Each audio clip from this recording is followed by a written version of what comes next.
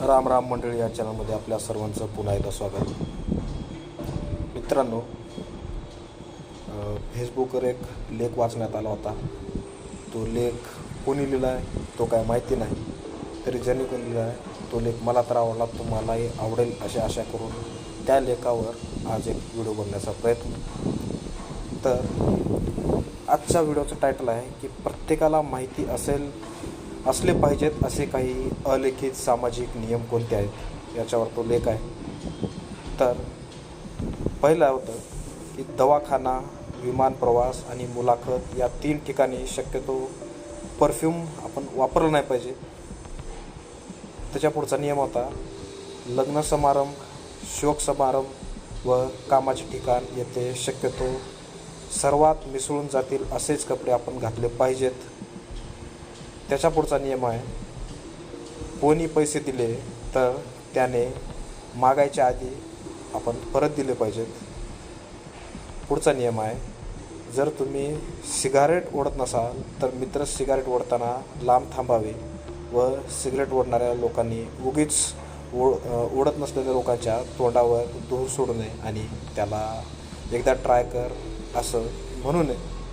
त्याच्या पुढचा नियम आहे कोणी तुमचा कॉल उचलत नसेल तर उगीच त्याला 3-4 अन्य नंबरवरून त्या व्यक्तीला कॉल करू नये. कदाचित ती व्यक्ती काही कामात असू शकते, नाहीतर त्याला तुमच्याशी बोलायचं नसेल.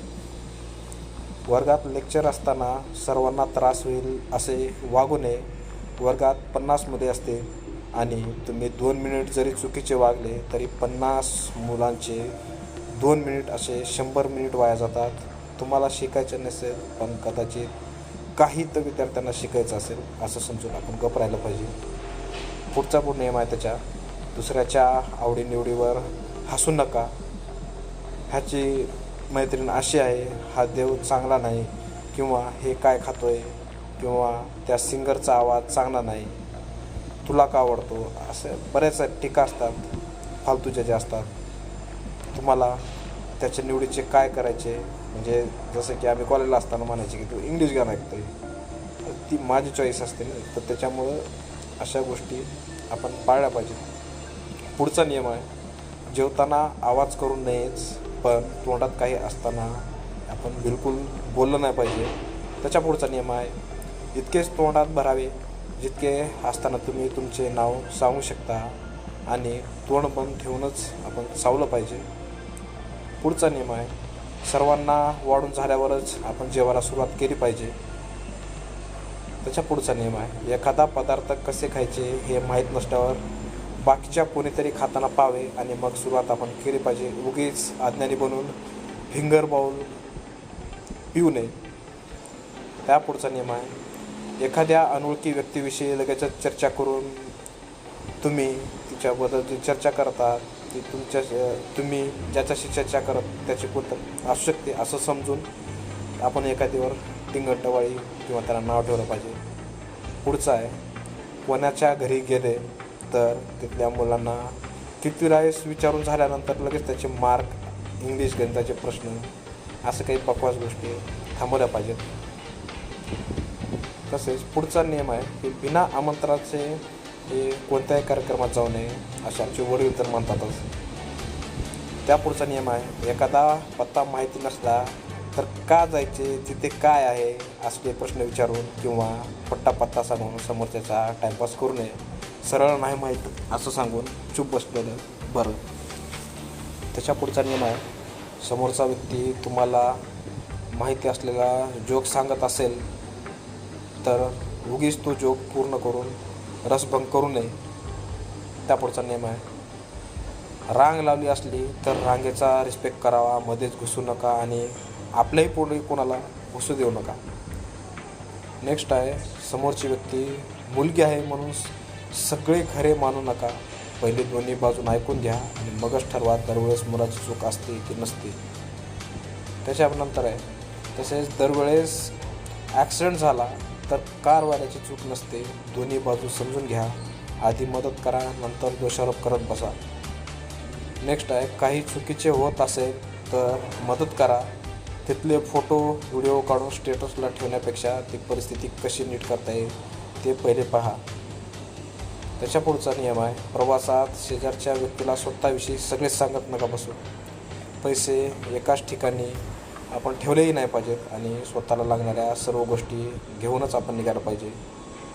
पुढचा नियम आहे, स्वतःबद्दल गोष्टी तुम्ही किती शिकलात, तुम्ही काय करता, किती पैसे कमावता, तुमच्याकडे काय काय आहे हे विचारल्याशिवाय सांगू नका. हुशारक्या मारू नका. त्यामुळे पुढच्या व्यक्तीला आपल्याबद्दल सर्वच माहिती होऊन जाऊ शकते. पुढचा नियम आहे, कोणाकडे भेटायला पहिल्यांदा घरी जाणार असाल तर शक्यतो मोकळे जाऊ नये. काहीतरी छोटेसे पुस्तक, खायचा पदार्थ, एखादी वस्तू घेऊनच आपण त्यांच्या घरी गेलं पाहिजे. त्याच्या पुढची गोष्ट आहे, वैयक्तिक स्वच्छता आपण पाळा. चांगले दिसा, उगीच शरीराच्या दुर्गंधीने हवा प्रदूषित करू नका आणि गाभाळे दिसून लोकांच्या दृष्टी प्रदूषण हे करू नका. म्हणजे जर तुम्हाला हा कदाचित व्हिडिओ आवडला तर अपलोड द्या, नाही आवडला तर किंवा डाऊन म्हणजेच डिसलाईक करू शकता. कोणी भरपूर वेळ देऊन उत्तर देत असतात, कोणी भरपूर वेळ देऊन व्हिडिओ बनवत असतात. दररोज 2-2 तास देणारे लोक आहेत किंवा 2-2 तास व्हिडिओ बनणारे लोक आहेत. तर लेखांनीसुद्धा दर 2 मिनिटांनी सारखे किती म्हणजे व्हिडिओला लाईक आले हे मोजत बसण्यापेक्षा आपण व्हिडिओ कसा बनवला आहे, लोकांपर्यंत खरंच माहिती गेली का, ह्याबद्दल आपण विचार केला पाहिजे. अजून टिप देऊ शकतो, आपल्या मुलांना शिक्षणासाठी पाहुण्याकडे कधीच पाठवू नये.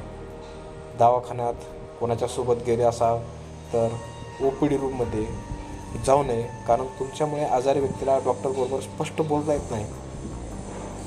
आणि जरी तुम्ही सोबत गेला तर तो पेशंट डॉक्टरला म्हणजे जे काय झाले ते स्पष्ट सांगू शकत नाही आणि त्यामुळे चुकीचे निदान होते. त्या व्यक्तीला एकट्याला डॉक्टरजवळ सोडावे आणि जर गरज असेल डॉक्टरने बोलावले तरच आपण आतमध्ये गेलं पाहिजे.